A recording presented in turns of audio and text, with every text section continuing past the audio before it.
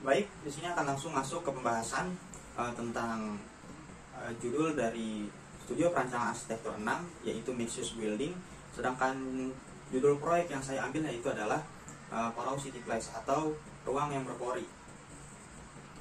Yang pertama di sini saya akan masuk kepada lokasi tapaknya.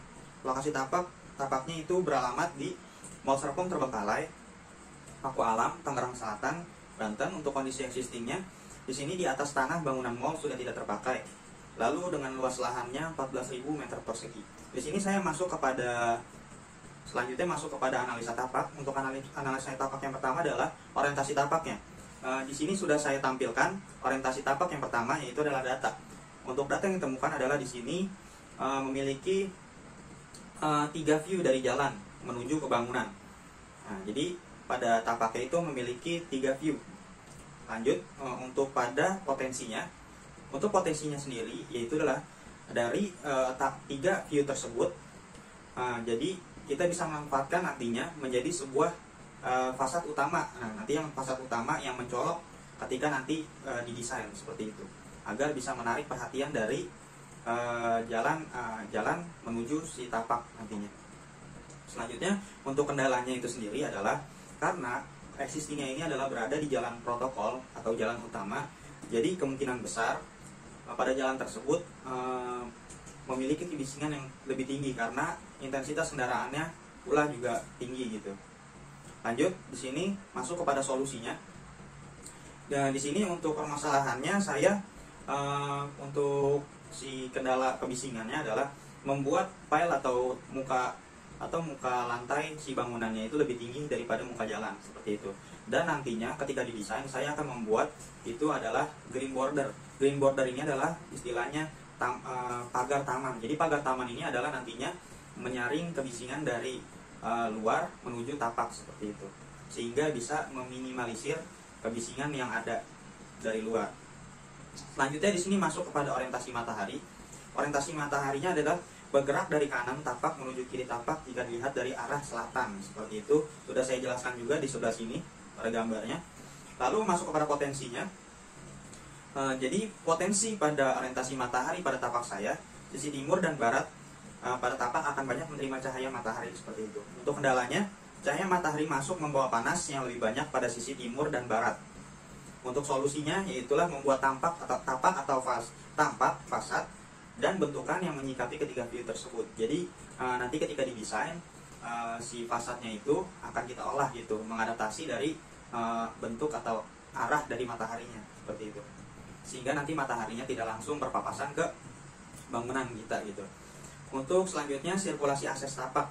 Di sini sudah saya jelaskan juga, ada keterangan warnanya.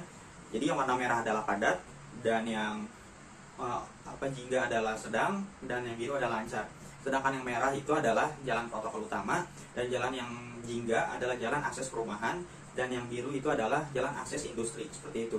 Untuk potensinya sendiri adalah aktivitas sekitar tapak itu ramai, seperti itu, ramai. Jadi menurut saya kenapa ini menjadi suatu potensi, karena nanti bangunan saya adalah bangunan publik yang dimana itu ketika ramai itu menjadi suatu hal yang positif gitu. Untuk kendalanya itu yang sudah pasti kemacetan ya. Kemacetan akan timbul akibat pertigaan tanpa traffic light.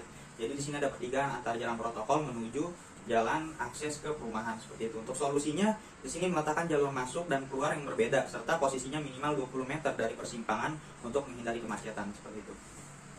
Lanjut, di sini masuk kepada drainase. Untuk datanya di sini saluran drainase mengelilingi sisi pada tapak dan titik terendahnya ada pada sisi jalan raya. Selanjutnya untuk potensinya, alur sirkulasi tidak mengganggu batas-batas tapak karena lokasinya berada di luar tapak. Jadi untuk si existingnya sendiri pada drainasenya memang sudah disediakan, memang sudah ada dari sananya untuk drainasenya. Mungkin hanya perlu di maintenance saja gitu, diperluaskah atau dibersihkan kembali seperti itu. Lanjut, untuk kendalanya, pada saluran drainase di sisi barat daya mengalami penumpukan lumpur sehingga mudah terjadi penyumbatan dan peluapan. Selanjutnya solusi membersihkan serta merenovasi ulang. Nah, jadi seperti itu yang tadi saya katakan, membersihkan serta merenovasi ulang saluran. Selanjutnya di sini masuk ke orientasi angin. Sudah terlihat ya orientasi angin. Orientasi angin itu datanya angin bergerak dari arah barat daya menuju timur laut. Untuk potensinya, sisi barat daya tapak mendapatkan cukup angin untuk pertukaran udara, seperti itu. Lanjut untuk kendalanya, jika diletakkan massa, maka angin akan terhalang berbagai arah keluar tapak. Nah, di sini akan saya temukan solusinya, itu tergantung dari bentukan tapaknya nanti, seperti itu. Lanjut untuk solusinya itu membentuk jalur sirkulasi angin agar angin tetap dapat masuk sampai ke seluruh tapak. Untuk vegetasinya, di sini existing ya. Untuk vegetasinya berada dominan di sisi jalan raya dan berada di dalam tapak jenis dari tumbuhan yaitu pohon kelapa gading.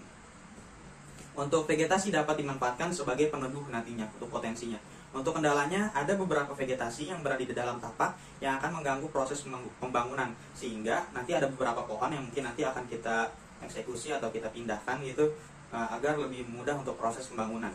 Untuk solusinya di sini, untuk vegetasi yang berada di dalam tapak kemungkinan akan dipindahkan ke posisi yang tidak mengganggu proses pembangunan.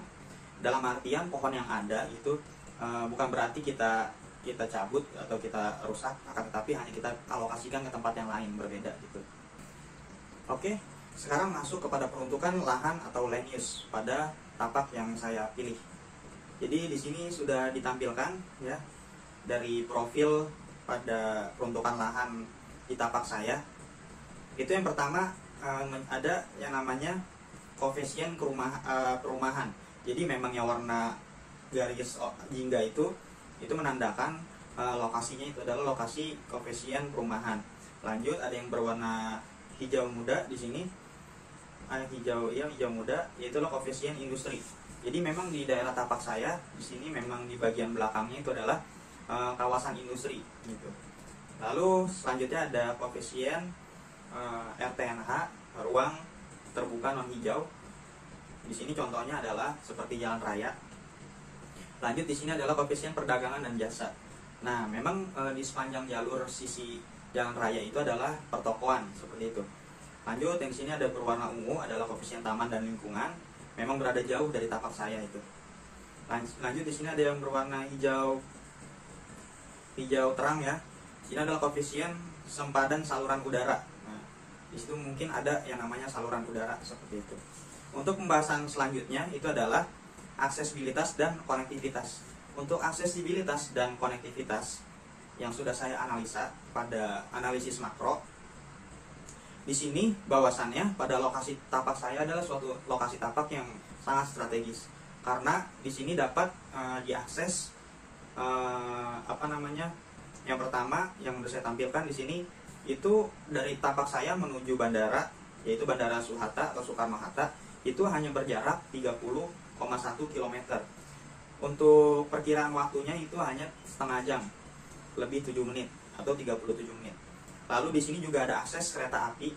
Untuk akses kereta apinya di sini untuk lokasinya stasiun Rawabuntu itu jaraknya 10,6 km, hanya memakan waktu 21 menit. Selanjutnya di sini ada tol juga. Tol di sini masuk melalui pintu tol Merayu dengan jarak 22,2 km, ditempuh dengan waktu 37 menit. Selanjutnya di sini adalah Transjakarta, yaitu lokasinya tepat berada di depan tapak saya, yaitu adalah halte Paku Alam, jaraknya 0 km karena memang bertepatan di depan tapak saya dengan waktu ya 0 km seperti itu. Selanjutnya sudah pembahasan tentang aksesibilitas dan konektivitas. Selanjutnya masuk ke desain tapak, konsep dan strategi. Desain tapak, konsep dan strategi yang saya buat yaitu adalah yang pertama untuk desain tapaknya sendiri. Untuk di sini sudah saya tampilkan desain tapak diadaptasi dari bentuk existing dari lahannya itu sendiri, lalu dengan analisa solusi sehingga tercipta sedemikian rupa. Jadi untuk bentuk tapaknya itu sendiri adalah berbentuk segitiga. Jadi saya mengadaptasi dari bentuk segitiga, lalu karena konsep saya adalah porosity circulation atau sirkulasi yang berpori, jadi berongga itu sirkulasinya. Nah, jadi di sini sudah saya jelaskan juga. Jadi sirkulasi menembus dan memecah lahan menjadi 3 bagian yang dibentuk oleh massa dan juga terdapat sirkulasi yang menembus massa dari tiap sisinya. Jadi ketika saya akan membuat atau menaruh massanya nanti, karena ada berapa massa nanti ya yang berfungsi dalam satu tapak itu, sehingga saya membaginya menjadi 3 bagian. Lalu di sini saya membuat juga green buffer ya kan, atau bisa disebut pagar hijau ya kan. green buffer to every direction seperti itu. Lanjut di sini adalah porosity circulation. Di sini menjelaskan bahwasannya dari bagian depan ke menuju belakang itu menandakan sifat dari ruangannya, dari public ke private gitu. Untuk publiknya sendiri mungkin bisa ruang terbuka, kemudian mall, kemudian yang paling ujung adalah ruang privatnya apartemen seperti itu. Untuk konsepnya sendiri di sini saya mengambil dari sifat bentuk geometris segitiga tadi kan, serta dikolaborasikan dengan geologis tapaknya. Pertama saya mengambil bentuk dasar segitiga atau triangle shape, diambil dari bentuk geografis lahannya. Lalu di sini untuk pada sisi-sisi segitiganya saya buat sudut yang lebih halus gitu, dynamic edge istilahnya. Pada ketiga sudutnya dibuat melengkung agar terkesan tidak kaku. Lalu pada sisi segitiganya saya tekan ke dalam ya kan, pusat side. Pada ketiga sisinya didorong ke dalam agar lebih ergonomis ketika menerima gaya angin. Lalu hasilnya akan menjadikan bentuk yang ergonomik shape. Hasilnya massa akan terlihat dinamis, ergonomis, dan minimalis. Lalu selain itu juga bisa memberi view yang maksimal, memungkinkan pada setiap fasad, sisi fasadnya, sisi fasad masanya akan memiliki pemandangan yang baik seperti itu. Lalu masuk di sini adalah ke desain strateginya. Untuk desain strateginya di sini adalah yang pertama triangle shape side ya, segitiga untuk tapaknya.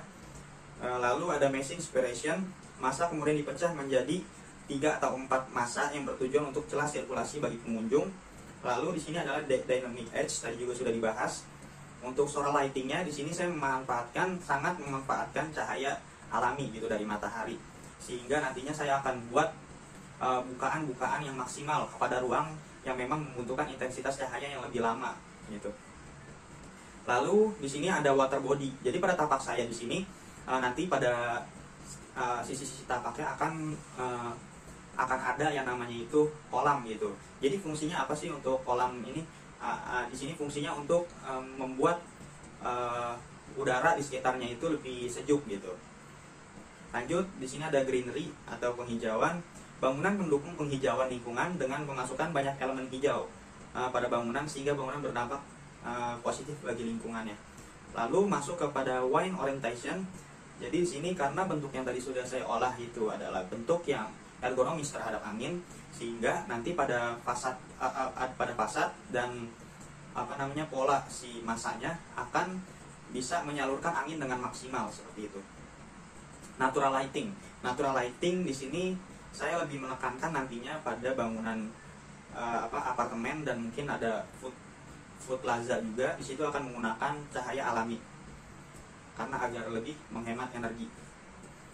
Oke, selanjutnya yang terakhir adalah prinsip arsitektur tropis. Di sini pada prinsip arsitektur tropis, yang pertama saya menggunakan glass roof pada atap food plazanya. Ya, tadi kan karena agar bisa memaksimalkan cahaya yang masuk kepada ruang si food plazanya tersebut. Jadi lebih menghemat energi listrik gitu. Jadi lebih menggunakan energi alami yang ada. Untuk selanjutnya yaitu adalah pada fasad apartemennya. Di sini saya menggunakan glass fasad. Itu apartemen salah satu fungsi ruang yang membutuhkan cahaya intens. Dengan itu diciptakan bukaan yang optimal agar dapat menerima cahaya alami.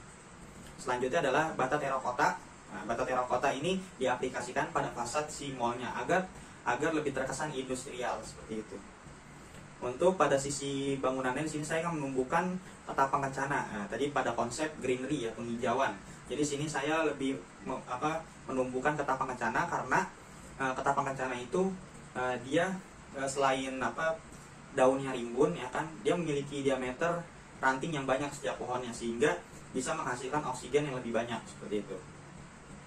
Selanjutnya, nah ini yang paling bagus ya di tapak saya, yang paling istimewa. Di sini saya terdapat ruang terbuka gitu. Ruang terbuka hijau ini nantinya akan menjadikan akses bagi pengunjung itu lebih dinamis gitu, lebih luas kesannya. Lalu di sini ada namanya green buffer to every direction. Jadi untuk penerapan konsep dari prinsip arsitektur tropis, Di sini yang lebih menonjol saya pada green buffer direction. Jadi untuk setiap sisi si tapaknya itu saya buat pagar hijau. Pagar hijau ini adalah pagar yang nantinya akan dikelilingi oleh pepohonan seperti itu. Selain berfungsi untuk menyejukkan, memberikan suplai oksigen yang lebih banyak, itu juga mengurangi kebisingan dari jalan raya yang berada di sekitar atau sekeliling tapak saya menuju ke tapak saya. Jadi sehingga kebisingan pada tapak saya itu lebih rendah seperti itu. Mungkin hanya itu presentasi yang dapat saya sampaikan. Terima kasih.